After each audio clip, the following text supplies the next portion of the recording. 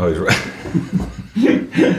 Which side's better, Mom? Yeah. Which side of my nose looks smaller? From the back. Yeah. So that was funny. Thank you. Print that, will you? Print that, would you? Hey, welcome to the 2010 Vintners series for September, and here with my co-host Ed Masciana. Shortcuts on Wine. Yeah. Seriously, when are you going to write the long version of the Shortcuts on Wine? Because I think it's really, that was a funny joke I said last time. I don't remember. That's how it struck me. Yeah, it was one of those really funny jokes. So we had a wine tasting at the house last night for the Armenian Education Foundation. Raised a lot of money for the Armenian Education Foundation. And I was tasting, actually, a couple of these wines, and I was blown away. So let's get to them. Yes, sir. All right, starting with that Chardonnay that you brought me. Yes. From Jean d'Osc in the Provence,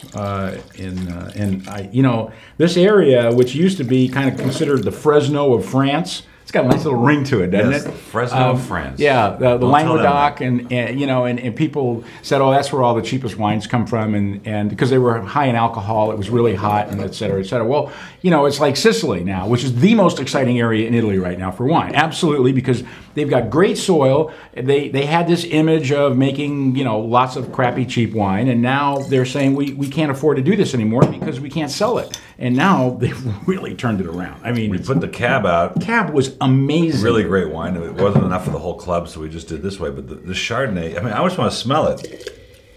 That's all I want to do is just smell it. It's just got such great nose. It's got floral characters. And it's so elegant. I mean, the wines that used to come out of this area 30, 35 years ago were ponderous, high alcohol, really annoying. And this is elegant. I mean, it's like there's no oak. It's kind of like a really good Macon Village or something like that. I mean, if you'd have had this in a blind tasting with your buddy Jancis Robinson, yes, I bet you she would have picked this out as a Macon. We're very close.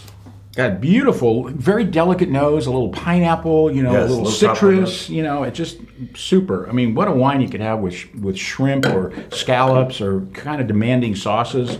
I flipped over and this is it. I don't even think that the brand's coming to the country anymore, right? Yeah. We're very fortunate to have this, and jump on it whatever you can, because I think you're going to like having more in your cellar. The shelf price is $16.99. The first one came out at $14.99, and you can get more at $11.99, $10.99, since my eyes are crossed. And only one of them is actually. A bargain. I have a 91. It's a 93 for me. Yeah, I really like this wine a lot. And I'm not a big Chardonnay fan, but if I'm going to drink Chardonnay, it's going to taste like this. It's good. It's really good. Yeah, no, you don't. You're a Chardonnay basher, aren't you? Well, pretty much. I think that's harsh. But I think that's harsh. Right. I mean, I do like. What would you serve this Chardonnay with at your restaurant? Well, the scallop dish for sure, with the smoked red bell pepper mousse. God, the smoked bell pepper mousse is a fairly aggressive. Bell pepper mousse. Wow. Yeah, it's a really cool dish. The curried shrimp. We make the curry powder ourselves. That'd be really good. Yeah, killer with that. Can we run a couple of those recipes, you think? Sure. No, they're mine. What are you talking about? And a recipe is not copyrightable. Oh, it's not? No, it's not. You can go a lot of them. You can go steal a recipe from somebody that's already in a cookbook, print it yourself, and they can't do anything about it because there's no way they can prove it's never been done before. Oh, that's pretty clever. And that's been proven in court. So wow.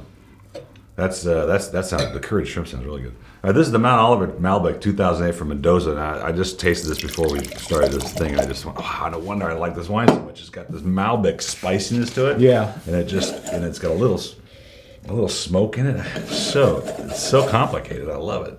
We on the wine list at the restaurant, we have a Cahors, okay, which is Malbec. All right. Is she dressed? Usually bad, very bad. Cahors is an area that's not really that close to Bordeaux, but it gets thrown in with Bordeaux because it's got Malbec. Malbec? Yeah, and the wines are typically horrible. I mean, they're really awful. They're just hard. They're rough around the edges, and this one's actually pretty soft, and it's flavorful. Argentina has done such an amazing job with Malbec in terms of being so identified with it. The servers in the restaurant are calling this the French Malbec. Oh. And that's people are used to that. And it came over from France to Argentina. They're used to seeing Malbecs from Argentina. That's most of what Argentina wines they get here are Malbecs always, and there are some bad ones. Wow. But this one just is so cool, and it's got so much. The finish is a little acidic, but it's still got time because there's so much going on. Well, this is a wine you got to have with food. This is not something you just sit around the pool and have with chips and salsa. You know, I mean, you could, but you got to have you have to have a steak. Actually, the chipotle sauce would be really good. Sausage would be great. This reminds me a little bit of the nose of a South African wine. A little bit of that. Yeah.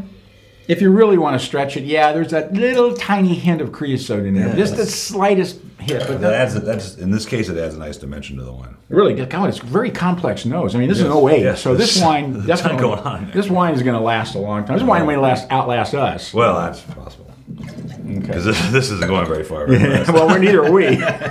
Let's move on. I gave it a 92. You can buy the first one on the shelf anywhere. You can buy it for $18.99. I'm doing a 94. I think it's one of the better Malbecs I've tasted. You know, that's kind of a pain in the ass, you know. You're not supposed to say that. $14.99. This is private TV. $14.99 for the first bottle, $11.99 for the others, and I'd put that up against any $20 Malbec that you normally would see, because sometimes these wines come in here. They're starting to get money out of these wines, a lot of the Argentinians, and they just price them there because it's Argentinian Malbec rather than the quality. Well, yeah, but Argentina just passed Chile in terms of the #1 importer in the United States for wine. Did they really? Yeah, so they're kind of bitching now. They're kind of cool. cool. Los Vascos guys must not be happy. Well, they're owned by Lafitte, so I don't think they got too much to worry about.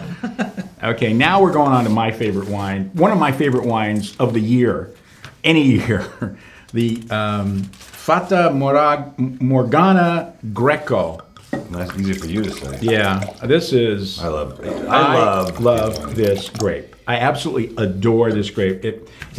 Greco literally means Greek. It's a Greek grape.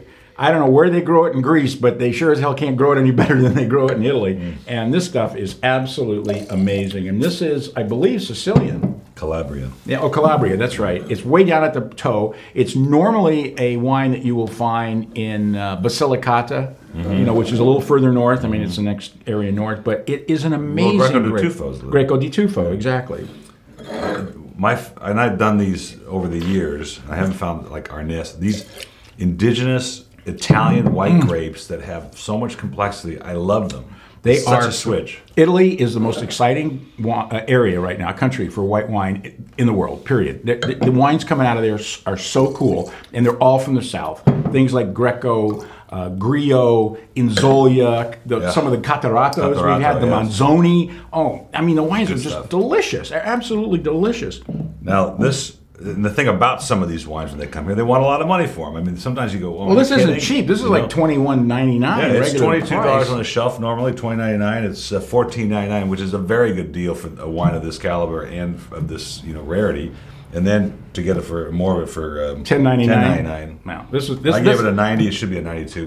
This is a 94. The only wine better than this is the Greco di Tufo, which is going to be $25. Because it's Greco di Tufo and you're not. When I get a chance to taste these, I flip over. Wine, absolutely one of my favorite wines. You're not going to put your glass down. We have to move to the next wine. Well, I'm going to put my white glass down. Okay. I'm going to put my red glass up here, and then I'm going to have a red wine. You want me to go over that again? Should I speak slower? The alternate red for the Vintners series is this Garnacha from Spain, Santo Cristo. And, this just, isn't that great? Gorgeous wine. Jeez. I remember tasting this from Hoven. I remember tasting this going, wow. The French like to lay claim to everything. The mother sauces, which were written about in Italy 300 years before the French discovered them. And Garnacha. Now, what is the principal grape in one of the greatest appellations in France, Châteauneuf-du-Pape? Garnacha. Exactly. Well, no, I'm sorry. It's Grenache over there. Oh, I'm sorry, Grenache. Yes. But where did it come from? It came from Spain. Did it start from It's a Spain? Spanish grape, yes. So one of the few grapes that actually emigrated to France. Actually, a lot of the grapes from Italy immigrated to France, but most of the ones that they grow originated there. The blueberries and the blackberries in the nose are amazing. And then you get them in the palate, and you get this nice crisp acidity at the end that tells you it's going to continue to develop. It's just going to keep. Is this developing. an 08? It's an 08. Yeah. So this wine's got time. I mean, Boy, you can feel Still it. rosy You're going to red. feel this chalkiness on the front of your mouth. It's like really powerful, and it needs time for one. And number two, if you have it, you're going to have it with some pretty big. It's just, but the flavors are there. It's all there. It's all there. It's all there. Stuff. It's a beautiful bottle of wine. Well, I gave it a 90 on the paper, but it's really a 92. Yeah, I'm doing at least a 92.